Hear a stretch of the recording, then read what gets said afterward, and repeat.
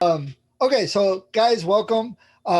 We're entering summer. This is exciting times for us. We just got the website running. I know this episode is going to air like 2 or 3 months down the road, but our website's running. We got the podcast grooving. We're doing an investigation. We've got an interview with Stan. We got exciting times coming up. Exciting times, my friends. Yeah, I'm looking forward to it. You feel energized whenever the sun is out until 8:30 at night, and the birds are singing and the flowers are blooming. So I think that we need to take this energy and really just like start focusing it. And I'm glad that we're all together here doing that. Yeah, and I think I'm looking forward. This is going to be a fun summer with just a couple things we have going on. That's right. That's right. So, well, it's just a start. It's not even summer yet, and we already have things planned out. Yeah, very true. Who knows what'll happen? That's right. Actually, one of the things I wanted to bring up that we could probably do fairly easy on the fly is, Colin, we need to go to that ghost road down in Columbus. Yeah, that's fine. You want me to reach out to James Willis? Yeah, sure. I mean, we could do that easily. Go down on a Saturday and for Saturday night and do it. And Probably Ron, not a Saturday. Do what? Oh, if I'm coming, it's probably not a Saturday. Well, okay, we'll have to work on that. Mm-hmm. Your work schedule conflicts with our. Oh no, you're off on Mondays. Well, Sundays and Mondays.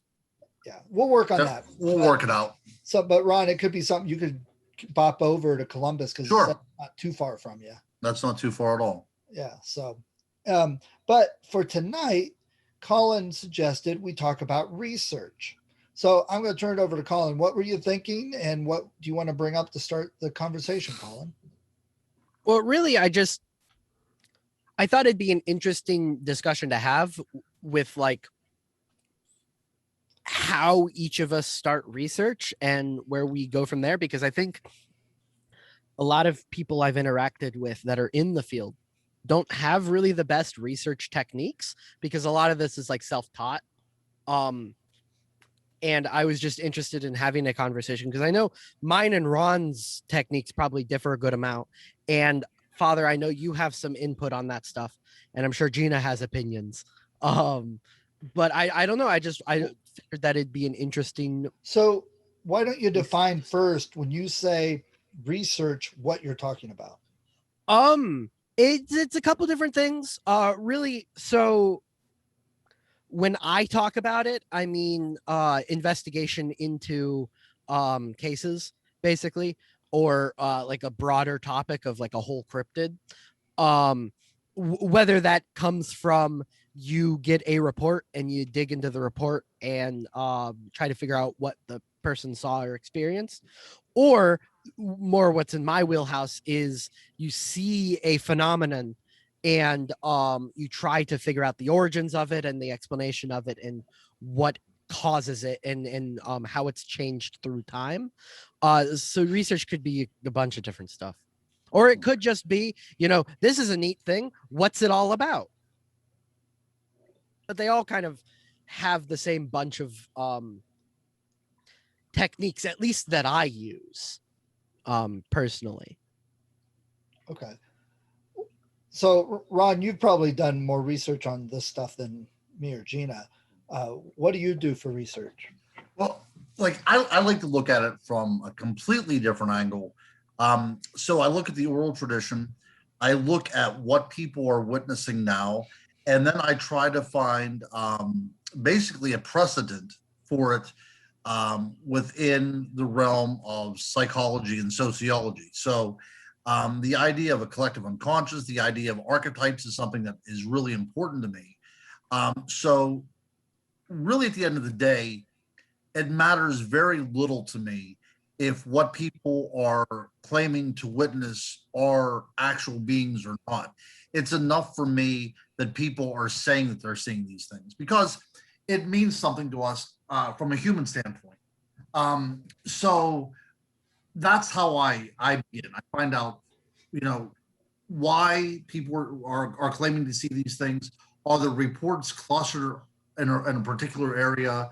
And then I look for natural explanations. And usually you can pretty well rule out, a cryptid or a paranormal activity just through natural explanations. And then if there is none to be given, and then you start this kind of in the field research where you're looking for tracks and stick structures and all other kind of stuff. But from a basic level for me is I look at the stories that people are telling and how that really comes into this kind of collective information that people have been witnessing all over the globe from different eras and times. So the Bigfoot is an easy one. People have been witnessing wild men since the very dawn of creation. It's really embroidered into our DNA. Same thing with ghosts and all this other stuff.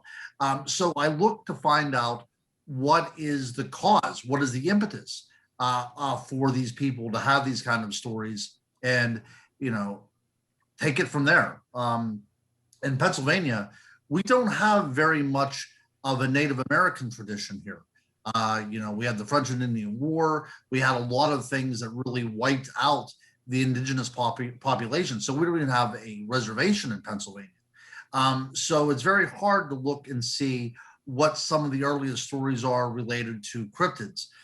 We do have a few, murmurings that was left to us in the native languages, like the agua, which was this creature that is supposed to ply the waters of the Allegheny, Ohio, and the Monongahela River.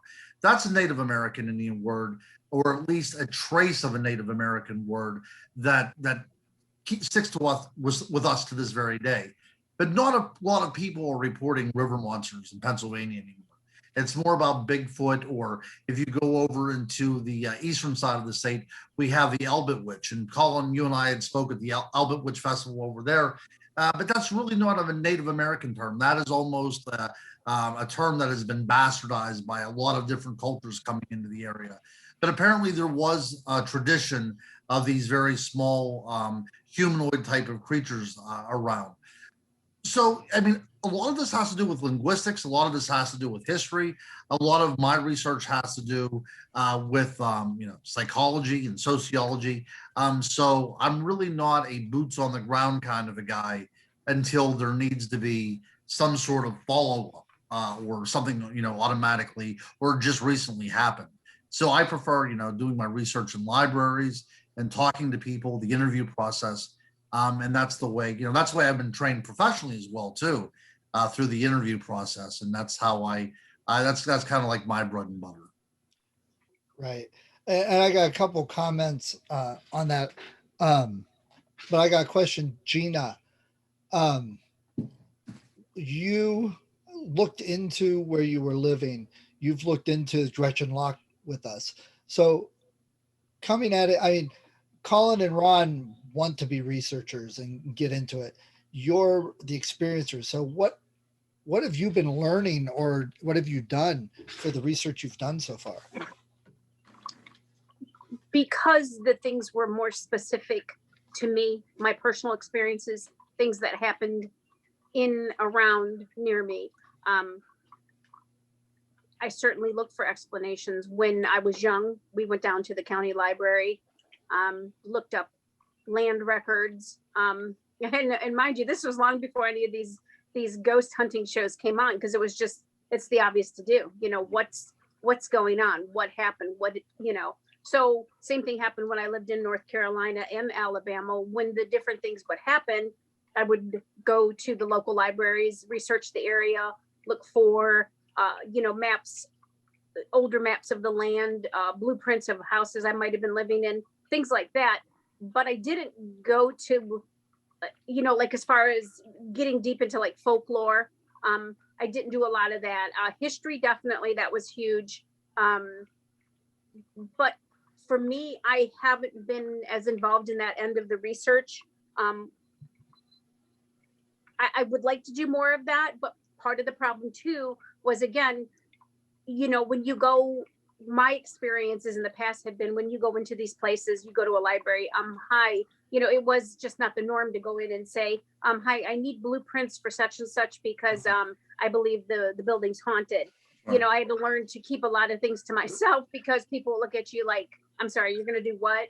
And until you find those people, your people, or you surround yourself with people who are like-minded, it becomes a little easier to be able to venture out into that world and do those things. So for me personally, I'm excited about being able to do this in general as a whole, in knowing the three of you, you know, Ron and Colin's research abilities, you know, it's phenomenal to me. And it gives me the, I know I'm going to be able to go out and do more, because I want to get out and be more of the in the field type of person. That's where I know my heart lies, not so much in the research at folklore and history. I don't put it to the side. I don't say, oh, that's not important.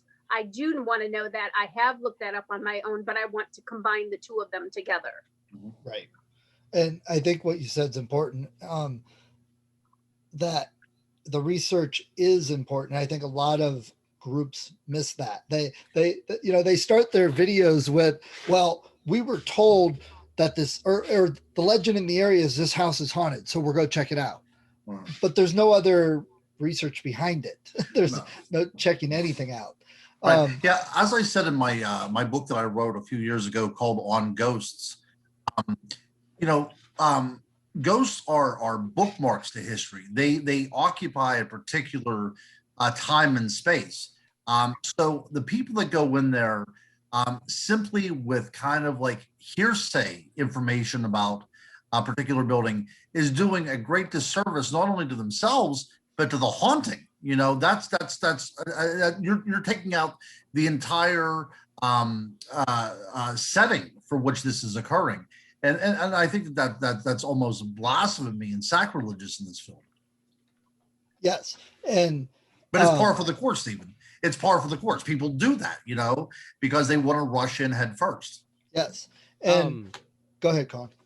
I remember when I started getting into the mystery livestock attacks, I got really excited because I got a couple books about predation in North America and how to identify it and the different methodologies that different animals use for attacking livestock and other prey. And I posted the pictures of the books on Facebook and said something that I felt was really not controversial, which is, when doing research in specific areas, you have to know the animals that are in the areas and be able to like identify that stuff before you start looking for unknown animals. And I got like my throat ripped out by a bunch of people that were like long-standing cryptozoologists in my area. And I'm like, geez, what was wrong with what I said? Right, I mean, right. Yeah, because you're ruling out all suspects, correct, Colin? I mean, that's what you have to do. And the interesting thing is, and Colin and I have talked about this stuff before, and we work on this stuff together. Whenever you're going into an area, you have to find out what kind of animals live there. But it's also interesting to find out what kind of animals used to have that as their range as well, too, because we might be dealing with something that is a remnant population of something that lived there, or something that has reintroduced itself. But just to go out there and say that something was predated upon and then go out stomping around looking for a monster, that is not science, nor is that research. That is some sort of gung-ho technique that is more a commando than anything. I've found people online who go out and go squatching and find tracks, and they're clearly bear prints, but they start talking about these clawed Bigfoot. Yes. Because the prints have claws. They're like, oh, these clawed Bigfoot, right. Or maybe they're dogmen. Right. They immediately jump to what they're looking for, right, without taking a second to consider, right, maybe it's not a weird thing. Right. And I was going to say that's one of the big problems with doing this is the bias, intentionally or unintentionally. Right. It's interesting, Colin. I'm so glad you brought this up. Because on Expedition Bigfoot, you know, one of these programs that is on the Discovery Channel, their whole basis on one of the episodes was that they found a clawed print or a clawed hand or something along those lines. So then they would go down the rabbit hole and saying, well, is it possible that the Bigfoot in this area of Kentucky has claws, you know? And of course, as you look over the folklore of these kind of creatures, it is never indicated anywhere outside maybe a couple of reports in Tibet of the Yeti possibly having claws. You never see that. So, like you said, Stephen, what they're doing is they're taking these finds and they're deconstructing them until they fit their particular schema, and they're not looking at from a broader perspective, and that is a disservice to what is going on. Yep. And even to be honest, even us going out to Gretchen, we were talking about it, Gretchen's ghost, going out to, that, when in actuality, if we were really open-minded enough, it should just be, here's the history of the place. Like Colin, there's really no paranormal leadings in history, but here's the folklore, here's what people have said. Maybe talk to people, see if there's anybody that is a relative of somebody that worked there, or as close to the original people as we could. And we go out there like, this is what's been reported, we're going out to see what we get. Right. Right. I mean, right. Just to be honest, we even have a little bit of bias when we say we're going out to see Gretchen's ghost. Right. Well, we are, as we're in a podcast, and podcasts necessarily have to be labeled in the entertainment field, because people are not going to come into and watch us just sit here talking. We have to have some sort of, we have to impart information, but there also has to be a level of entertainment to it. So we have to, by necessity, call it, the Gretchen's Lock ghost hunt or what have you, because that's what we're going out to do. I don't know how many people would watch a podcast that deals with the history of locks and dams in eastern Ohio from 1820 to 1850. Not a lot of people, but there is going to be a lot of information that is going to be given that is of historical perspective. But we have to be at least slightly appealing to people, or they simply won't watch us. Yeah. Oh, understood. Yeah. I'm just saying from the analytical scientific viewpoint. Right. Absolutely. Yeah.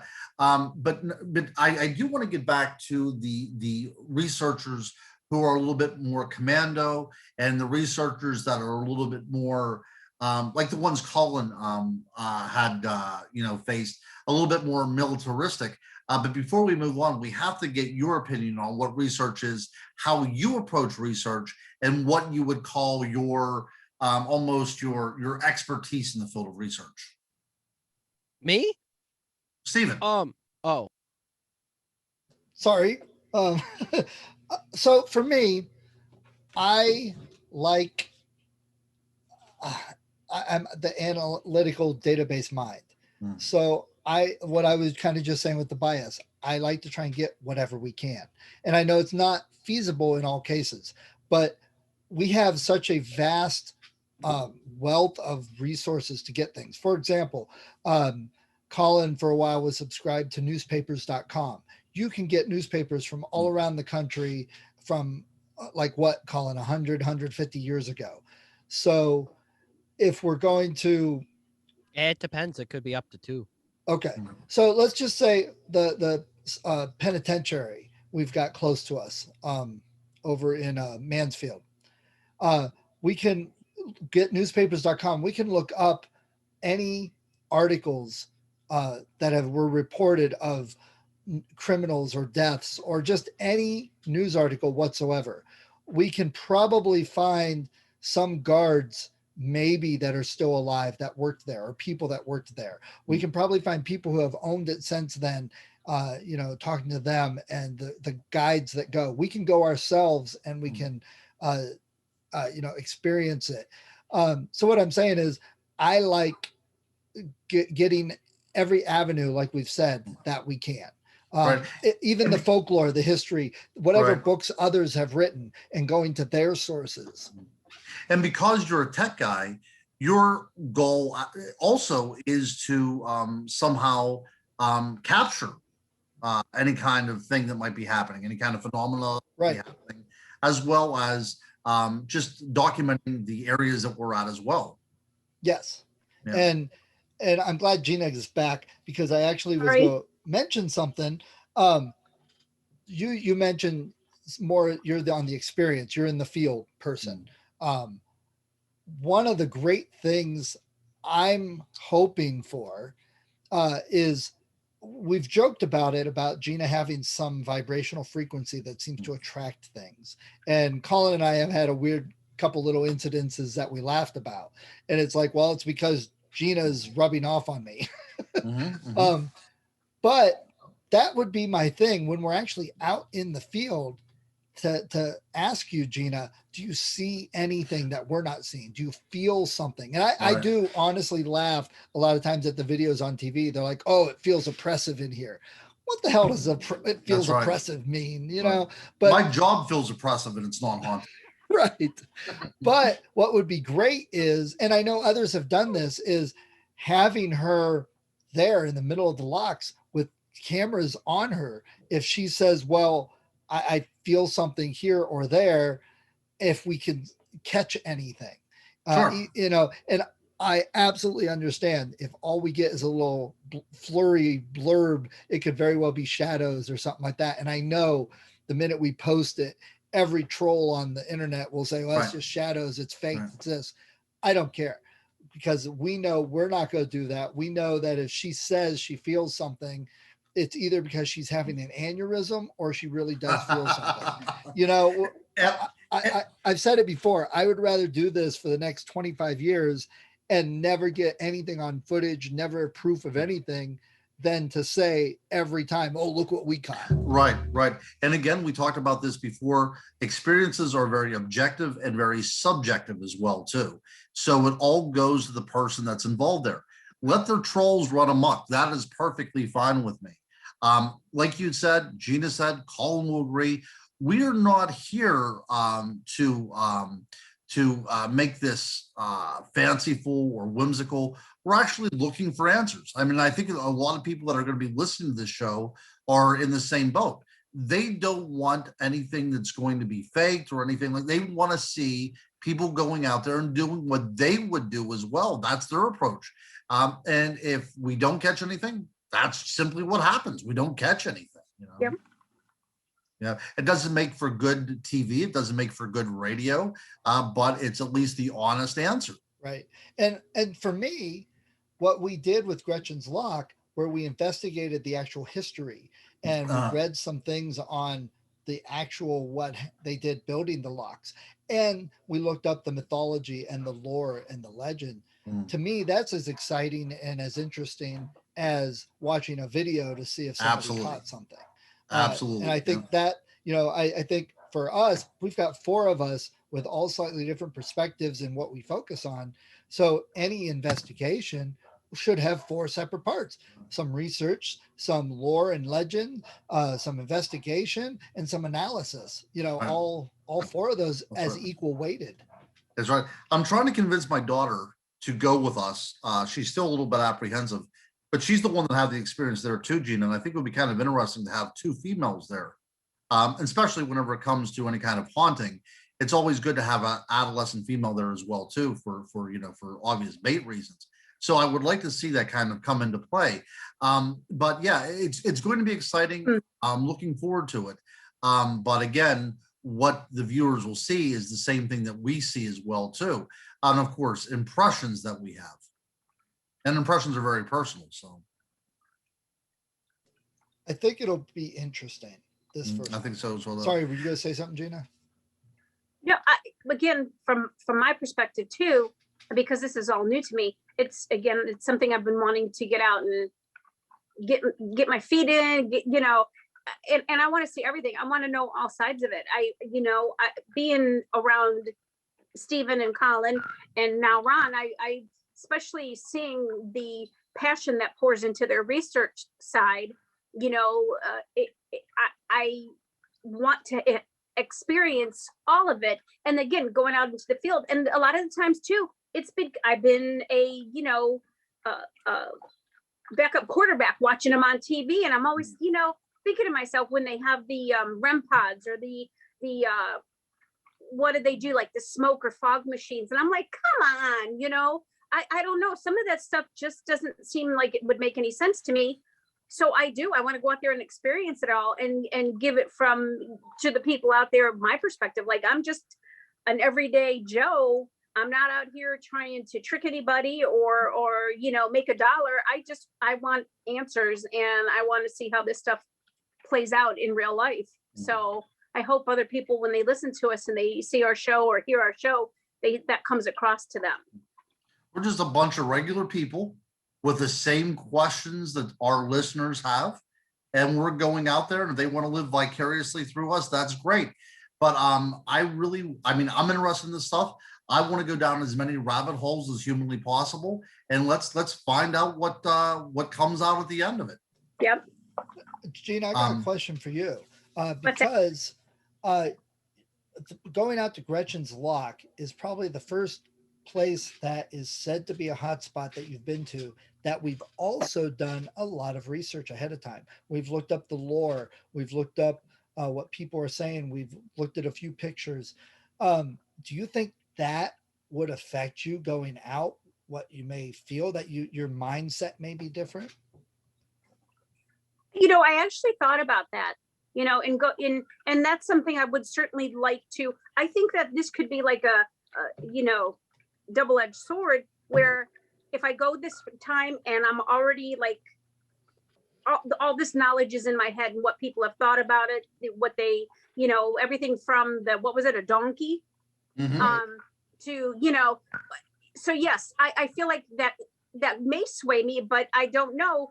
I would like to experience or try one time where I go to an area where I don't know anything about it, see what I feel, and then go and research the area and compare. Does that make sense? I'd like to be able to try all of that. So and yes, you'll get your shot. Yeah, you'll exactly. Get your shot. There's many more expeditions that come. Well, heck, the Ghost Road. I'd like to see what happens with that too. Yep. I also am excited about it too, because I know that Colin did a ton of research on it already, but I'd like to get in the area and talk to people in the area if we can, and then find out if we can find out more lore or more actual history, because to me that's also something that I would like to do, and I'm encouraged by, because again, I want to know the answers. Yeah. So. Yeah, and we're lucky. See, we're lucky because this is such a cool collective. And I've worked in this field for a number of years, and I've worked with a lot of people that are named people. And I'm not blowing smoke or anything, but as far as nuts and bolts research go, Colin really is the best that I've ever worked with. I mean, it could be boring as hell research, but he's going to get to the bottom of it, and we need that. It cannot be tabloid sensationalism all the time. We cannot take all that kind of stuff and just run with it, because that's not doing us a favor. That's not doing us any good at all. I like to know that there is some really, maybe not that many, like for instance with the donkey, that story right there. If we don't find anything, that story right there is worth watching the program for. I love that idea, And if we catch a ghost donkey on film, I think that would be Yeah, when you guys are there, listen for the sounds of braying on the wind. Well, there you go. There you go. I mean, okay, let's just go there for a second, because have people reported that they've heard the crying or a girl laughing or something? Yeah, screaming. Okay, so could that be a donkey? And baby crying. Have you ever heard a donkey in distress? Like I have. So the only thing I would say is a lot of people know what donkeys sound like, and a lot of people know what like human screaming sounds like. There is a difference. Yeah. Colin, it's being filtered through the nether world, though. Yeah. It's being filtered through the ether. I think I had a guitar pedal that did that. Yes, that's right. That's right. It's not just going to come out like a braying donkey. There's going to be some things that are adjusted along the way. But I mean, obviously I'm being a little goofy and silly even saying that. I even understand that. But just take one for one moment. What if it really was haunted by a ghost of a donkey? Look. If people are going out there to expect to hear a woman crying, if they heard a donkey that was like slowly dying, they would probably say Right. it was a woman crying. Right. You know? See, that story, that context is not far-fetched. I was contacted by a family that lived in a town. They lived downtown, and the only paranormal activity they had was at night. They could hear cows mooing. That was the only paranormal activity, but it was kind of like driving them nuts to the point is, am I actually hearing this kind of thing? So I decided to start doing research, and I found out that the field behind their home back in the late 1800s actually served as a pasture as cows were being moved through town. Now, unless they talked about this idea of this kind of almost, residual type of haunting going on, this kind of sound, they would never have known that that was a pasture back there, nor would have I known that it was a pasture back there. It's all overgrown now and everything, but I was able to find, some of the town maps to show that that was the grazing area for cows. That's really cool. It is. Not so, it's not, blood leaping through the walls or anything like that, or, things levitating, but that really gave them some sort of backing to what they were hearing. And that's just another, that's one of the good things about the research, because you might find something completely different than what Sure. others may have found before. Sure. And I sometimes wonder about some of the shows on TV that if they researched and they throw things out just because it's not sensational enough for TV. Sure. Well, that's the next part that I wanted to get, because I wanted to talk to everybody about their research techniques. And then I want to get back to some of the people that we've actually researched alongside of.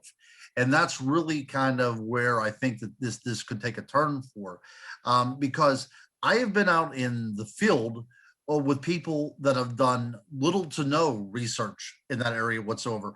All they know, as to use Colin's verbiage, is there's a squatch about, that kind of a thing. There's a squatch report in this area.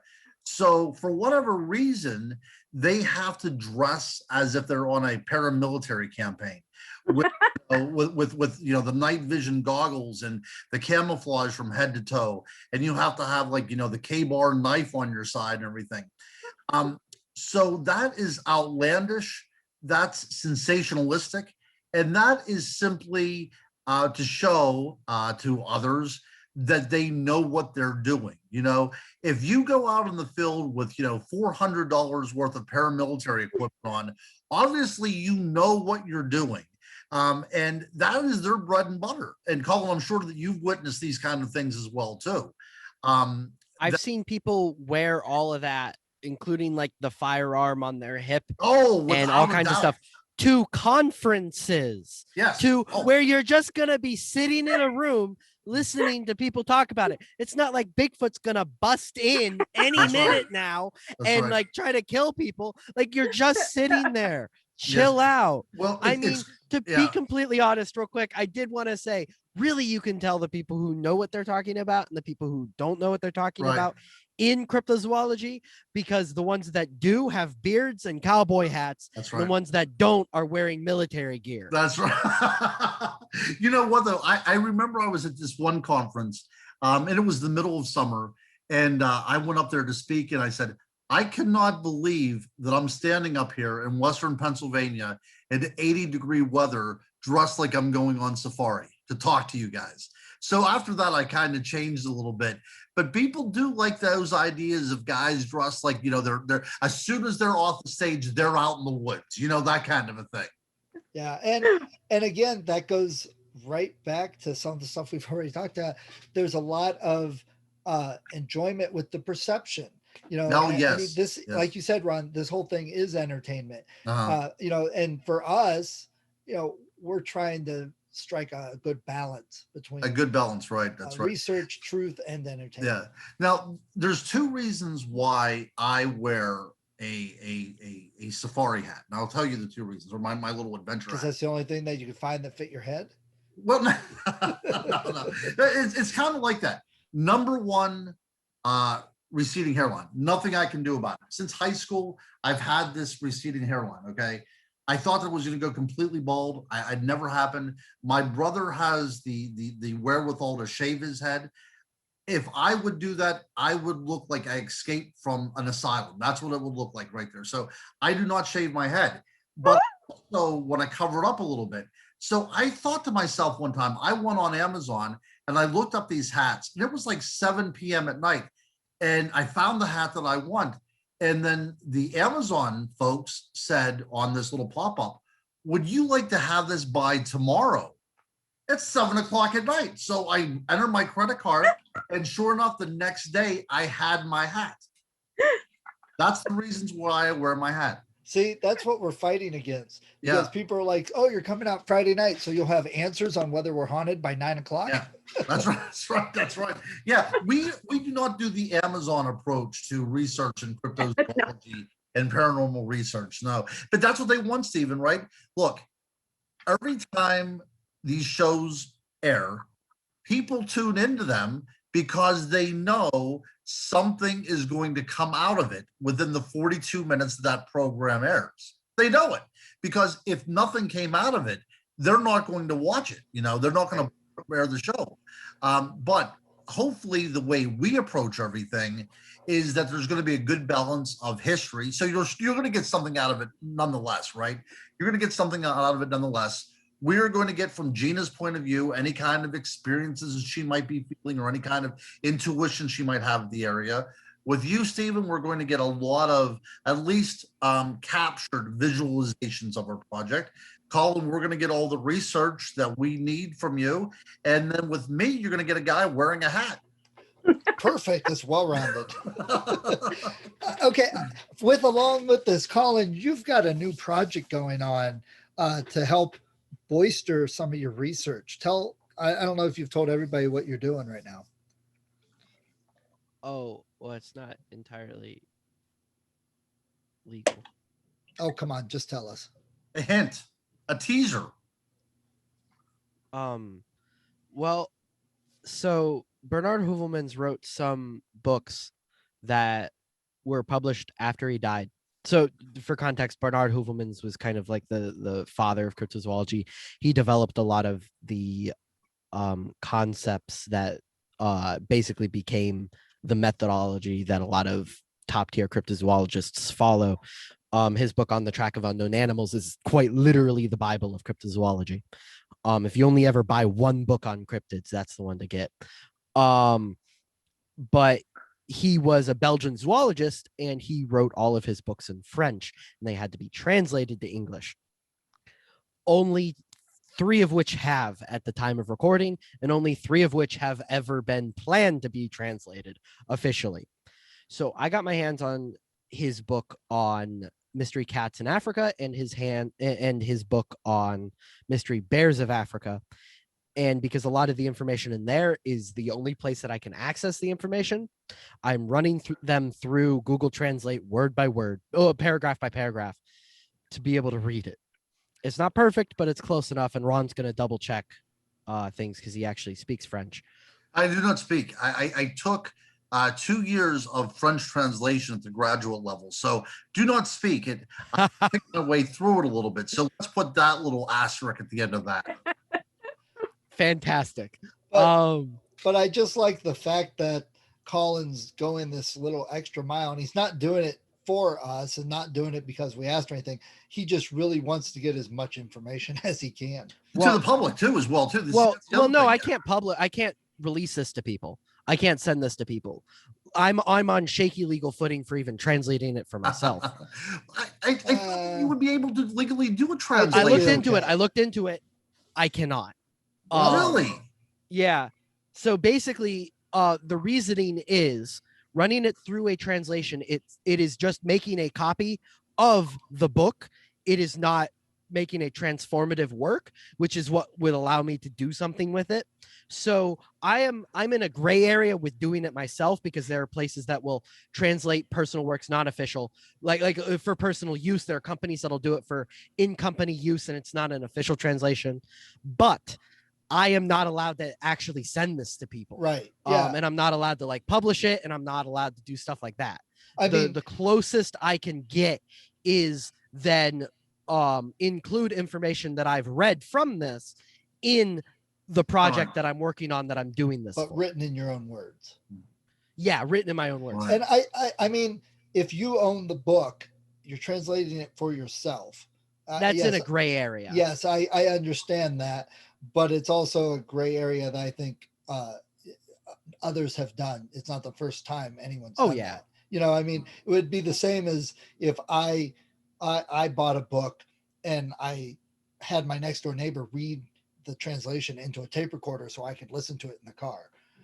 You know, it's kind of like when I bought an LP back in the day and I recorded it to cassette so I could listen to it in the car. Yeah, the problem mostly lies if I try to distribute it. Yeah, well, so I we know can't you're like not gonna send do it to that. people. Yeah. But so what I'm doing this for, which I think kind of is a little relevant to the topic, I'm writing an encyclopedia on mystery carnivorans. I think I might have mentioned this before. It's a subject that is been largely ignored outside of like Black Panthers in North America and the UK. Other than that, it's been largely ignored by cryptozoologists. And it's a subject that's near and dear to my heart. And I want to be the person that publishes the definitive work on the subject. So this is information I have to have. I'm even debating at this point flying over to Switzerland for a few days to get a hold of the Bernard Hoovelman's archives in a museum of zoology over there. I don't know if that's reasonable, but I really want to, just to get a little bit more information. You know what? To ensure you get what you want there, Colin, when you write up the title, you need to write the definitive guide, because then it will be the definitive guide. Right now, the working title is Glowing Eyes in the Night. The definitive guide. An encyclopedia of mystery carnivorans. Got it. And along with that, not really an official announcement, but we're talking about research and how we're trying to do it right, and how there are others out there that do it right, but some that don't. One of the things we're doing as a group is writing a book that is for families, especially with kids that are interested in cryptozoology and research and how to do it. So that's one of the things that we should have coming out for everybody sometime soon.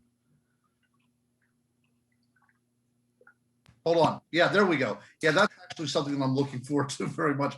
I have problems pressing key buttons. So yeah, but I'm looking forward to that book as well. And hopefully it will be out very soon. Colin said that he would have it done by midnight tonight. I thought he said midnight. Yeah, midnight tonight, but we'll wait for a couple weeks. All right. Well, anybody have anything else on research they want to chime in with? Well, one more thing. I have something. You've asked me, you've asked Colin, and you've asked Ron. So now I'm asking you. What do you take from this? What is your point of view in researching? Oh, I think we did talk a little bit about this. I think you had to jump off for a couple minutes. I did. I apologize. No, that's okay. I don't mind talking so much. It's wonderful. I like what we do, and I like delving into as much as I can. I want the lore, but I also want the factual history. I want to talk to people in interview. I want to see the newspaper articles. I want to see the books, the fictional books written about the area. I want to go out to investigate. I want to get the plans of the place. I want, put it all together to try and avoid some of the bias. The more information we get, the better. We always talk about Bigfoot, and you see a lot of reports. Oh, I saw Bigfoot. Oh, I saw this. Well, Stan, he points out, we started noticing there were a lot of UFO reports at the same time. There was a lot of Bigfoot reports, like within days of each other, and it was a pattern. And you don't get that type of thing if the only thing you do is talk to somebody about the Bigfoot they saw. It might not be a Bigfoot. So that's, the bias again. They might say it's a Bigfoot, but at the best, we have a report of something unknown reported as a Bigfoot, that type of thing.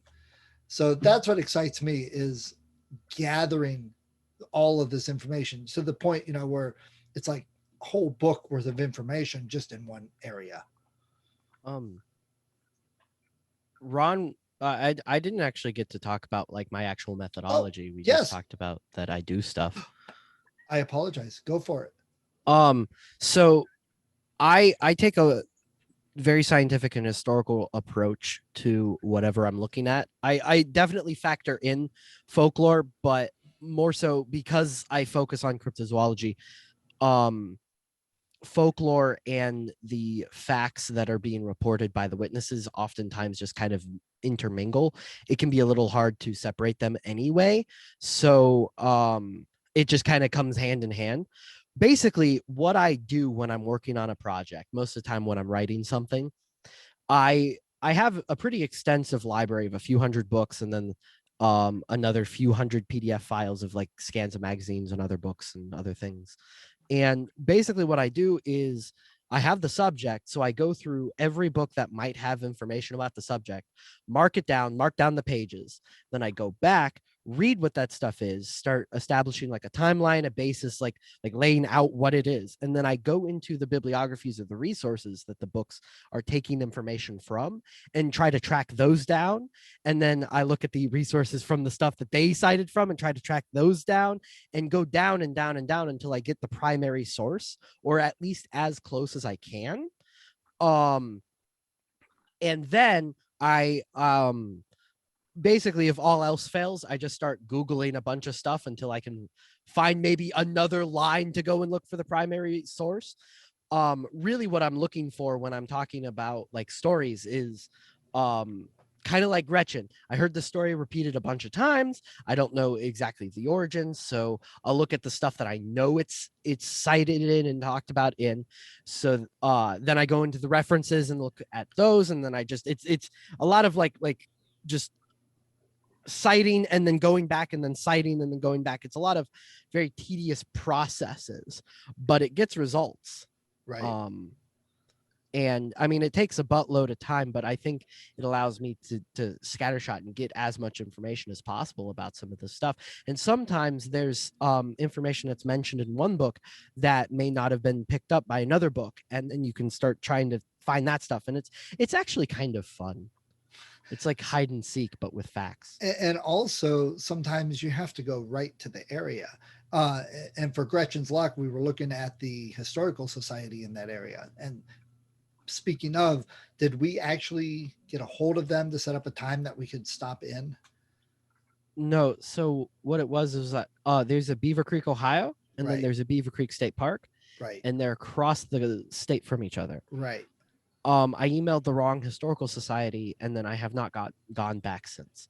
Okay, we need to do that. But that's one of the other things, because sometimes the maybe the newspaper building or the historical society or the county building in that area is the only place you can get a hold of certain records, or you can see certain things, or the library in that area might have the town newspaper, which you can't get through newspaper.com or something like that. So sometimes you just have to spend those hours going through the records, going through the newspapers and scouring East Liverpool Historical Society. I will send you the email if you want to contact. Yeah, that'd be perfect. It always makes me think of Sam and Dean on Supernatural when they sit there going through the newspapers and stuff, and they find that one thing that looks out of place, and that's the one they go investigate. Well, we need to get ourselves a sweet vehicle as well too to do that stuff. Look, yeah, it gives you credibility, and it also picks up the chicks. Well, okay, then you could, I guess you get to drive. Hey guys, before we get off here, I want to make my granddaughter's debut here. Woohoo! Look at this. That is. Oh my goodness, Yeah, she hates me. She hates me. You hate me, don't you? Yeah, she hates me. That's the debut of her right there. Hi. Yeah. Hello. Say hello. There you go. All right. All right. Now. And then I have Willow over here too, but she doesn't want to be on camera. And I have Sterling right there as well too. He doesn't want to be on camera either. But they are doubling me right now. So that's the whole thing. Yes. Yeah. I'm still trying to talk Willow in.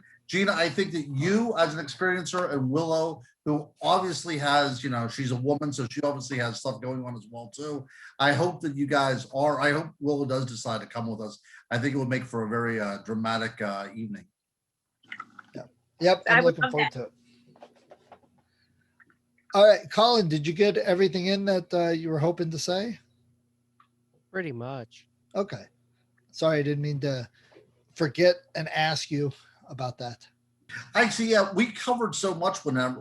I just thought everybody out there automatically knew what Colin's specialty was. I think that, yeah, that's the whole thing. Sorry about that, Colin, because we did talk a little bit more at the beginning about your research, and I do apologize for that. Yeah, it's all good. And I think one of the things we should keep in mind is if we're focusing on families, amateur people, getting into this, kids, helping show them the right way to do it. Sure. As right away as we know and can do it, with what we're doing and with the book we've got when we're talking about it, and anything, we could bring up, we could ask Dan about his research methodologies, Sure. and things like that too. So, yeah, Stan does a pretty classic detective work when he does investigations. He doesn't do too much in the way of like analysis or right. Historical stuff. Yeah, his thing is he collects the reports, he collects as much evidence and as much information, and has the factual file. I think he's the Columbo of the paranormal world. That's a really good way of putting it. I think really someone, and to be completely honest, I'm probably best set up to do this. Someone needs to convince Stan to digitize his entire God, yes. files, because I know for a fact he does not know how to do that. And now that I have the scanner, I can. So I think probably Sunday I'm going to call him and talk to him about that. And he has so much information, 55 years worth. 60 years worth 60 years of reports and files and information. If that went up in smoke, think how much would be lost. Yeah. I'd argue he probably has the most extensive files on a single location of any researcher alive. Yeah. A single area. That's scary. So, all right. Anything else before we go, folks, and leave everyone? Let me just tell, we don't have to keep this part, but good luck tonight, Ron. Good luck. Yes, we could leave that part on because as school was winding down, now, after working an 8.5-hour day, it's now 8:24 in the PM, and I will be up to the school project probably until midnight. Are they about cryptids? No, I would love that. No. It's about boring educational things. Well, I will think about you when I roll over. That's right. Yes, the educator. Yeah, say a prayer for me, and let me get through this. Good luck. All right, everybody. All right, I think that's a wrap. Guys, we'll see ya. Night.